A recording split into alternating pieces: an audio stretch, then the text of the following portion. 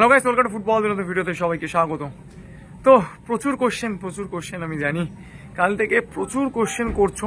আমি কালকে লাইভে আসতে পারিনি, তার কারণ শরীরটা একেবারেই খুব একটা ভালো ছিল না। তো যাই হোক, তোমাদের মূলত দুটো ডাউট ক্লিয়ার করার জন্য এই ভিডিওটা।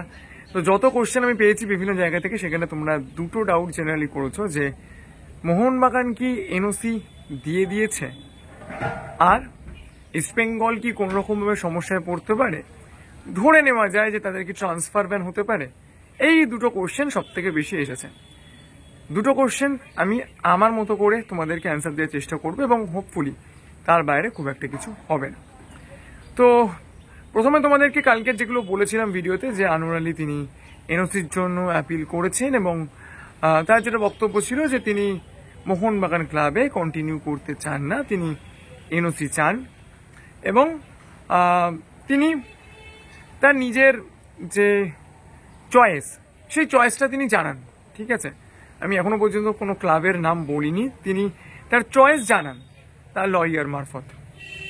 তো তারপরে কি হয় না, তারপরে মোহনবাগান প্রথমে যে আপিলটা করে যে আমরা আমাদের প্লেয়ারকে ছাড়বো না, আনোয়ারকে আমাদের হয়েই খেলতে হবে। তো তখন পিএসসি বলে যে এই অর্ডারটা আমরা দিতে পারি না, তার কারণ যদি কোনো প্লেয়ার সে বলে যে সে এনওসি চায়, তখন তার এনওসির ব্যাপারটা আমাদেরকে দেখতে হবে। এবার অবশ্যই তার এনওসি চাওয়াটা, পয়েন্ট টু বি নোটেড, তার এনওসি চাওয়াটা জাস্ট না আনজাস্ট, সেইটা আমরা দেখব। দেখো, এনওসি দিয়েছে কি দেয়নি এই ম্যাটারটা আমরা যাবো না, তার কারণ এনওসি ট্রিগার করতে একটা টাইম লাগে। ঠিক আছে, তার কারণ পিএসসি কি বলে সেই সময় আনোয়ারকে। তো তোমাদেরকে ব্যাপারটা আরেকটু যদি পরিষ্কার করে বলি, আনোয়ারকে বলা হয়, বা আনোয়ারের তরফ থেকে ফার্স্টে যেটা বলা হয়েছিল, যে as per Indian labour law, মানে যে কর্মচারী কোনো একটি কোম্পানির হয়ে খেলতে চায় না, তাকে জোর করে আটকে রাখা যায় না।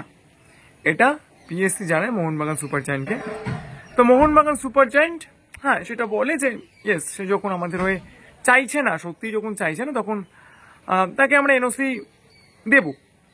কিন্তু এইটা আমরা দেব যে এই যে সে ছেড়ে চলে যেতে চাইছে, তার কাছে ছেড়ে চলে যাওয়ার যে পাওয়ারটা রয়েছে, সেটা সে কি জাস্টিফাইড হতে চাইছে নাকি আনজাস্টিফাইড হতে চাইছে। তখন পিএসসি তরফ থেকে আনোয়ারকে বলা হয় যে তুমি যদি তোমার এনওসিটা চেয়ে নাও, মানে তোমার এনওসি পাওয়ার যে অধিকার রয়েছে as per Indian labour law, এবং সেটা যদি জাস্ট হয়, কোনো সমস্যা নেই, তুমি যেখানে ইচ্ছে খেলতে পারো, কোনো প্রবলেম নেই। যদি আনজাস্ট হয়, তখন কিন্তু তোমাকে কিছু কনসিকুয়েন্সেস ফেস করতে হবে। ঠিক আছে, এই হচ্ছে ব্যাপার, ম্যাটারটা এই জায়গাতে দাঁড়িয়ে রয়েছে। তো অবশ্যই মোহনবাগান সুপার জায়ান্ট যে প্লেয়ার তাদের হয়ে খেলতে চায় না, তাকে তারা এনওসি দেবে, এইরকমটাই তাদের বক্তব্য।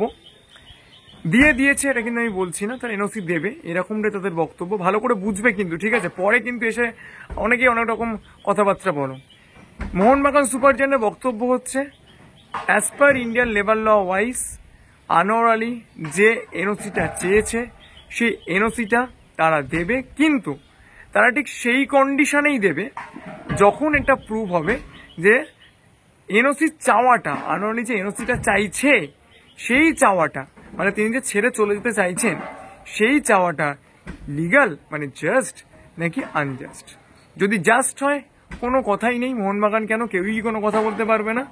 তখন আনোয়ার আলী তিনি তার নিজের ক্লাবে, মানে যে ক্লাবে তিনি পছন্দ করছেন সেখানে তিনি চলে যাবেন। আর যদি আনজাস্ট হয়, তখন তাকে কিছু স্যাংশন পেতে হবে, এবং তখন হয়তো শোনা যাওয়া কথা অনুযায়ী ইস্ট বেঙ্গল এবং তার পেরেন্ট ক্লাব তাদের হয়তো কিছু কনসিকুয়েন্সেস ফেস করতে হতে পারে। সেটাও কিন্তু পিএসসি ঠিক করবে। আমি আবার বলছি, সেক্ষেত্রে কিন্তু পিএসসির যে গাইডলাইন রয়েছে, পিএসসির যে ল রয়েছে, সেই ওয়াইজ তারা জিনিসটা ঠিক করবে। তো এই হচ্ছে ব্যাপার। তো জেনারেলি খুব তাড়াতাড়ি একটা কোনো ইন্ট্রিম অর্ডার আসতে চলেছে, কালকে আমি তোমাদেরকে যেরকমটা বলেছিলাম। তো আপাতত ম্যাটারটা কিন্তু এই জায়গাতে দাঁড়িয়ে রয়েছে। তো হোপফুলি তোমাদের অনেক কোশ্চেন ছিল, সেগুলো আমি ক্লিয়ার করে দিতে পেরেছি, যে এনওসি এবং কোন একটি ক্লাব, যেটা শোনা যাচ্ছে ইস্ট বেঙ্গল, তাদের কি হতে পারে, কি কারণে এনওসিটা চাওয়া হয়েছিল, মোহনবাগান কোন অবস্থাতে এনওসি দেবে, এবং তারপরে জাস্ট আনজাস্টের যে ব্যাপার এবং ইস্ট বেঙ্গল ইনভলভমেন্ট, সেটা আশা করি বোঝাতে পারলাম। তো ভিডিওটা এই পর্যন্তই ছিল। যদি ভিডিওটা ভালো লাগে তারপরে লাইক করে দিও, মনে করো আমার চ্যানেল সাবস্ক্রাইব করতে ভুলো না, কারণ সবসময় তোমরা সাবস্ক্রাইব করলে আরও ভালো ভিডিও কোনো মোটিভেশন পাওয়া যায়। তো চলো এখন আমাদের এই পর্যন্ত দেখা হচ্ছে পরের ভিডিওতে।